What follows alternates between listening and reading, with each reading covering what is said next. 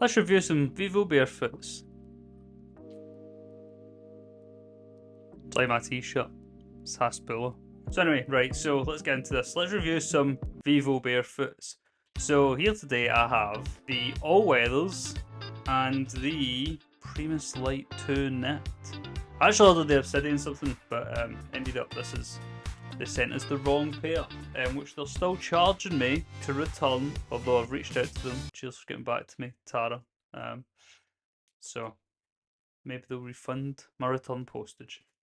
Both of these I got on Revivo, which if you don't know, Vivo Barefoot shoes, they have like a 90-day return policy, no quibbles.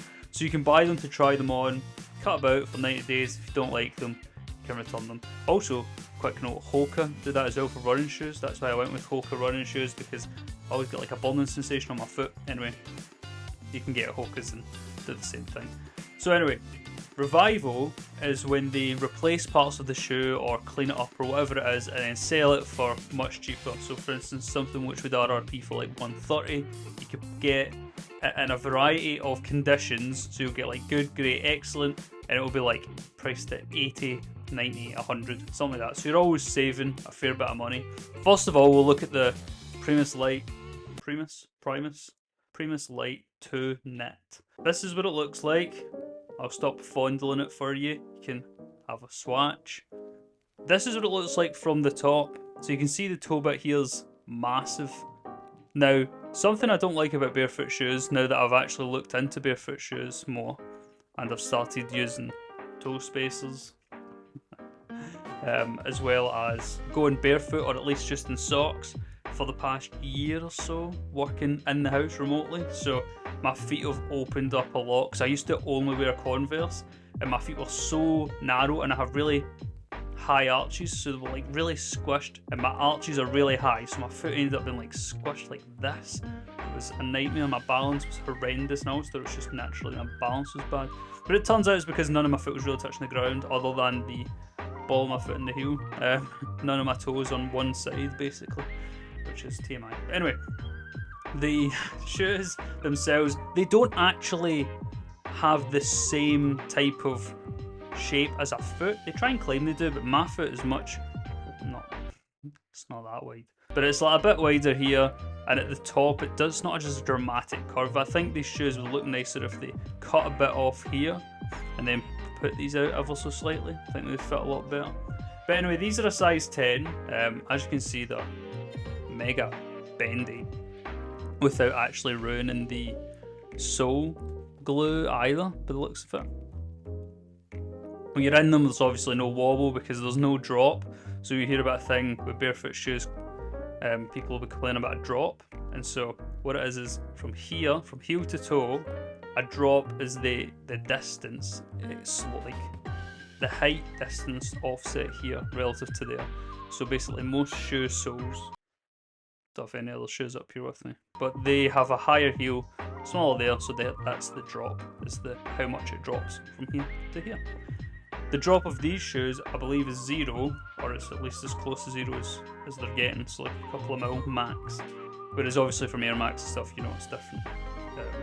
This is a significant drop. And with this, what it means as well is that when you're running or something, you won't heel strike, because the distance between your foot hitting the ground. Also, the good thing about no drop is that you shouldn't heel strike. So another good thing about no drop is that you shouldn't be able to heel strike when you're running. So often injuries can occur because of heel striking. You're supposed to land here on your foot when you're running, and so this then the arches take the impact of the run. However, when you have a high drop here, so this is really awkward because this is a better setup. So the drop here means that when you would naturally hit from here, it's so cushioned, but also just the way your foot moves, there's a higher likelihood of the heel hitting the ground.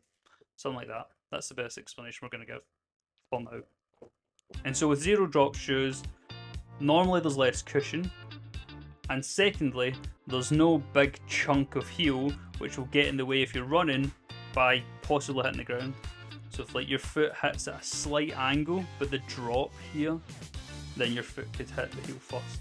And also, if you try and run heels first, if you try and heel strike deliberately when you go your next run, you'll notice that it's painful because you're not supposed to do it. Whereas the amount of cushion that they put in normal shoes heel, so not in these, but like in Air Max or something, or any running trainer, it can cause you to heel strike without the immediate pain that you would get if you're trying to run barefoot heel striking.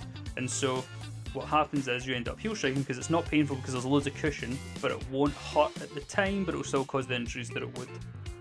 Anyway, that took way too long to explain. But anyway, the shoes themselves, pretty smart. They're stretchy, foot goes right in it, pops in, nice and easy. Quite a fan of the style of it. The only problem is I got these in a 10. My entire life I've been a 9. Sometimes I'd be like an 8.5. But now I'm like a 9.5, kind of. So a 9 is often too tight for me, but a 10 is like too big because my feet now have widened out.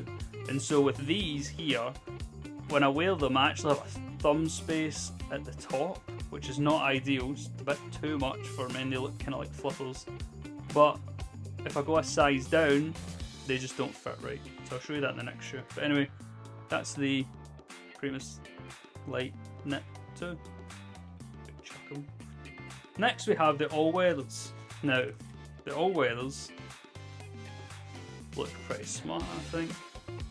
Because they're not all black, so they have like a bit of something in the bottom, makes them look a bit better, because sometimes barefoot shoes, if not all the time barefoot shoes, just look horrendous.